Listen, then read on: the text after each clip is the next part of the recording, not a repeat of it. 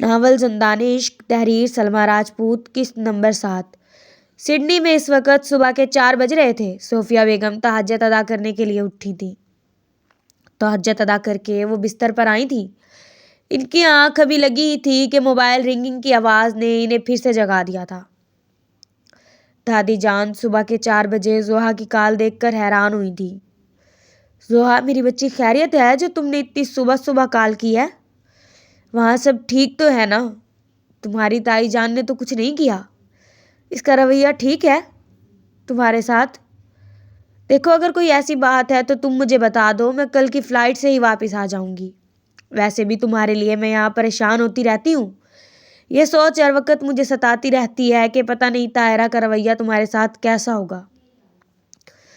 وہ تو راشد کی وجہ سے مجھے تسلی رہتی ہے کہ اس کے ہوتے ہوئے تمہاری تائی تمہارے ساتھ کچھ برا کرنے کا سوچ بھی نہیں سکتی۔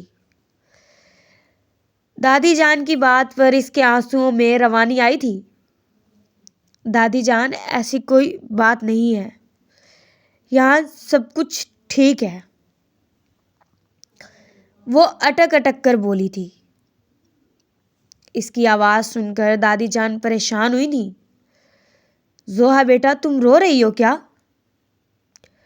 دادی جان کی بات کا وہ کیا ہی جواب دیتی، آنسو تھمتے تو وہ کچھ بول پاتی نا۔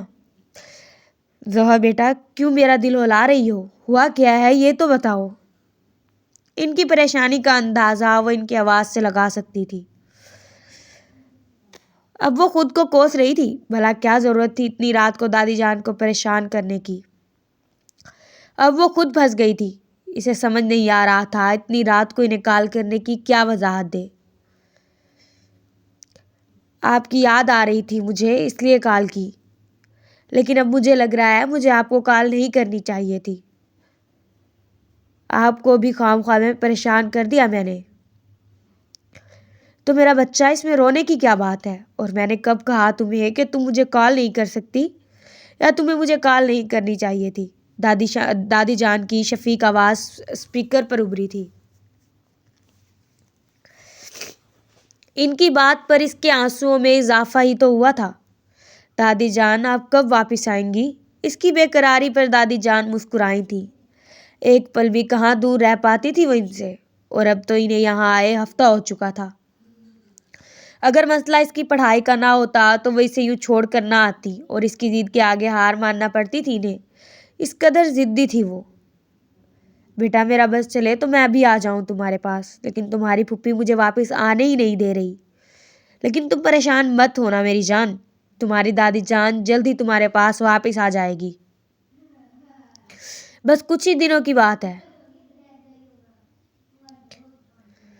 اور اتنی بات پر نہ رویا کر زوہا، میں نے کون سا ساری زندگی تیرے ساتھ رہنا ہے؟ پتہ نہیں کتنے دن کی مہمان ہوں، اور تیری تو ابھی پوری زندگی پڑی ہے گزارنے کے لیے۔ خیر سے شادی بھی کرنی ہے، ابھی نہ صحیح لیکن کچھ سالوں بعد تو کرنی ہی ہے نا۔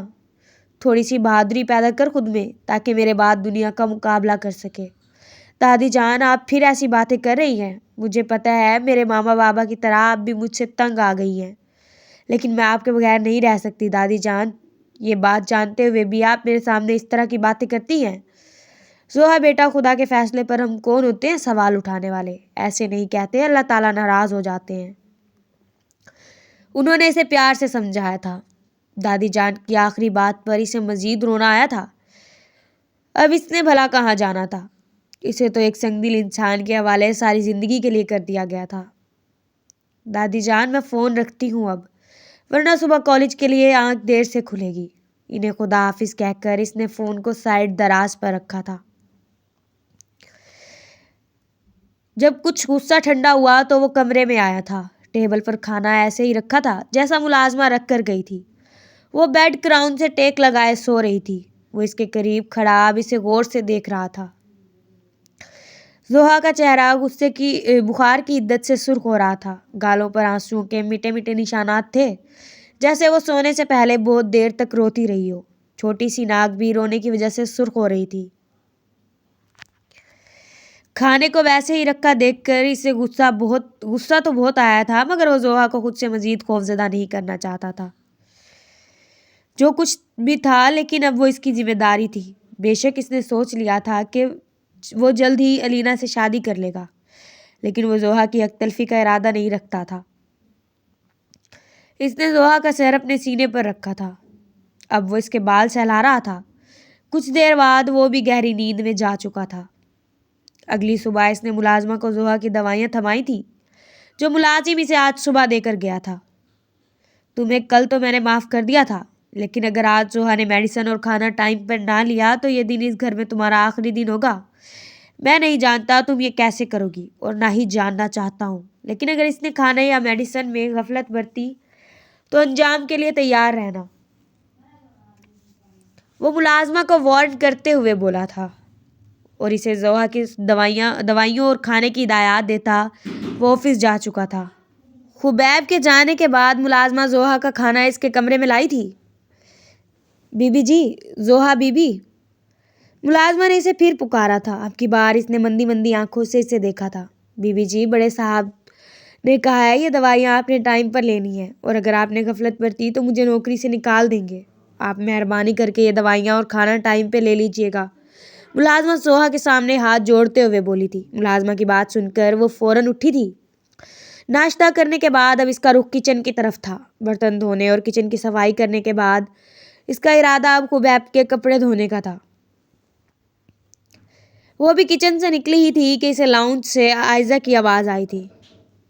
اسے اپنی سماعت پر یقین نہیں ہوا تھا۔ وہ حیران ہوئی تھی عائزہ کی اتنی جلدی واپسی پر، لیکن حیرانی سے زیادہ اسے خوشی ہو رہی تھی۔ وہ دوڑتی ہوئی لاؤنج میں آئی تھی۔ عائزہ نے اسے گلے سے لگایا تھا۔ اب منظر کچھ یوں تھا کہ وہ دونوں عائزہ کے کمرے میں بیٹھی خوش گپیوں میں مصروف تھی۔ عائزہ وہاں کی ایک ایک روداد اسے سنا رہی تھی اور وہ مسکراتے ہوئے سن رہی تھی۔ عائزہ کو آرام کرنے کے لیے چھوڑ کر وہ نیچے آئی تھی۔ اپنا کام ختم کر کے اس نے اپنے کمرے کا رخ کیا تھا۔ آج وہ دوپہر کا کھانا کھانا نہیں بھولی تھی اور اس نے میڈیسن بھی ٹائم پر لی تھی، جس کا خاطر خواہ اثر ہوا تھا۔ بخار کی عدت میں کمی آئی تھی۔ اس نے روم میں آ کر شاور لیا تھا۔ بالوں کو برش کرنے کے بعد وہ بیڈ پر آئی تھی۔ بستر پر دراز ہونے کے